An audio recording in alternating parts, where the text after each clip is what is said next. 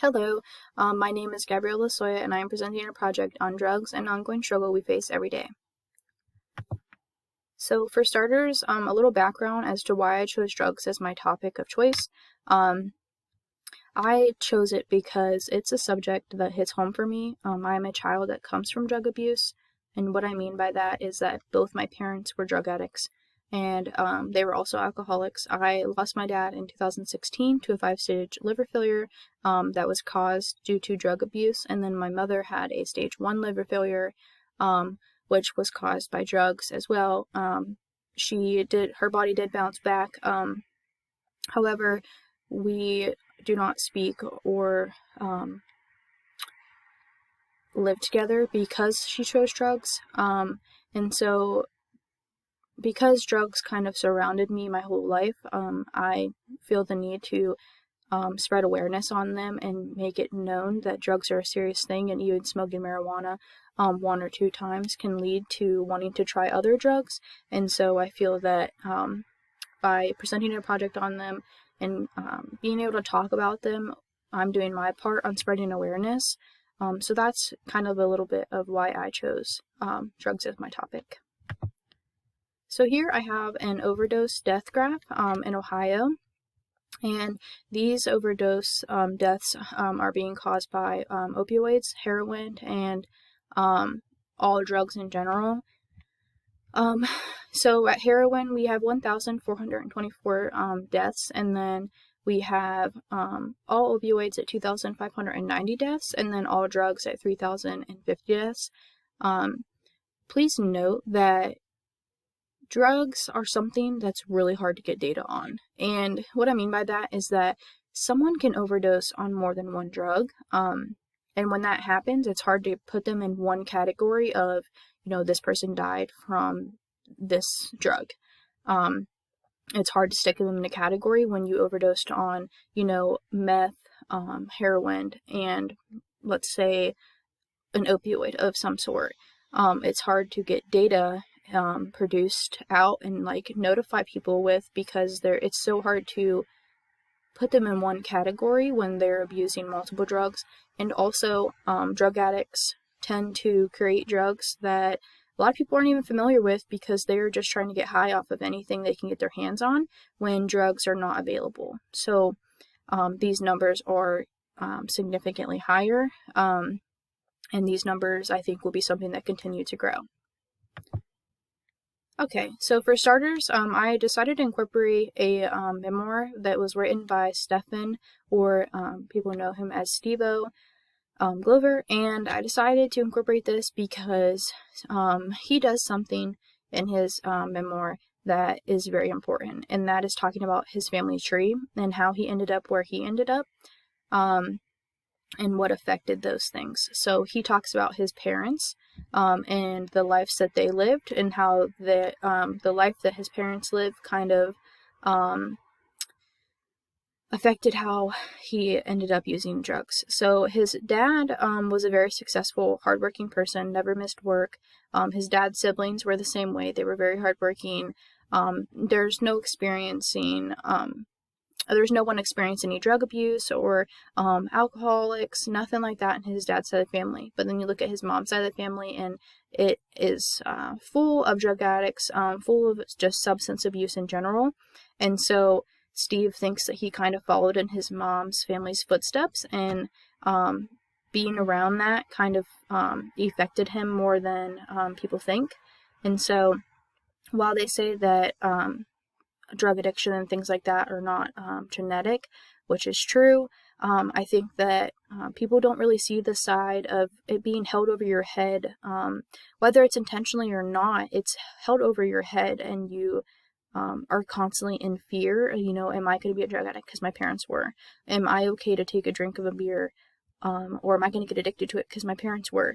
That is constantly running through your mind, and I can speak from experience. You're not the same once you have parents as drug addicts. You're constantly cautious and scared of things. So that fear and those types of things really took over, and he started abusing drugs to escape the feeling, and to just get out of control. And so he ended up in prison.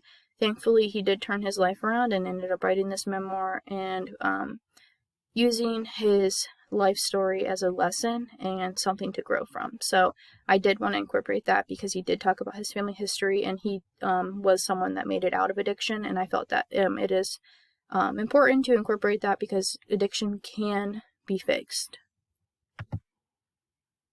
Cheech and Chong, this film Up in Smoke, I incorporated this because the first series came out in 1971, and we normalized marijuana in this film a lot. We make it seem like marijuana is a cool thing, and it's fun and normal to, go get high, drive around, walk around the street, high, act a fool.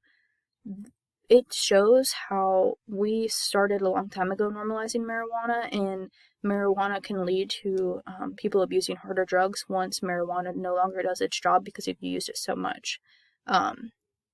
Getting caught by the police in this movie was not a big deal. It was taken as a joke, and so people catch on to those things a lot more than producers and such think. It's just a bad example of ways to normalize marijuana.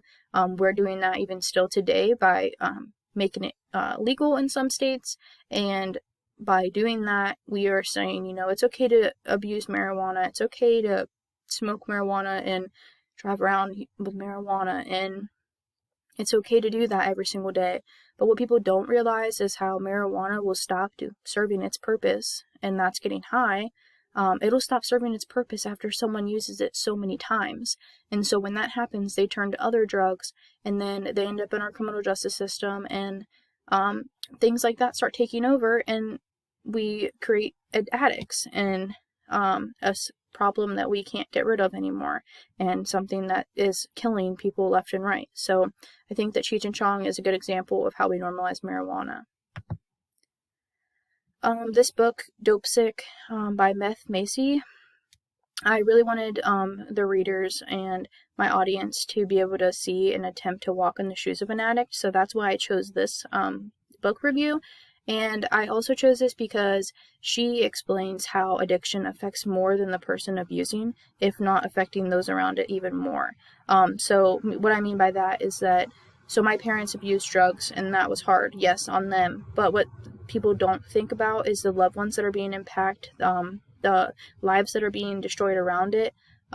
Drugs and drug abuse is a big problem, not only for the person abusing, but for the entire family.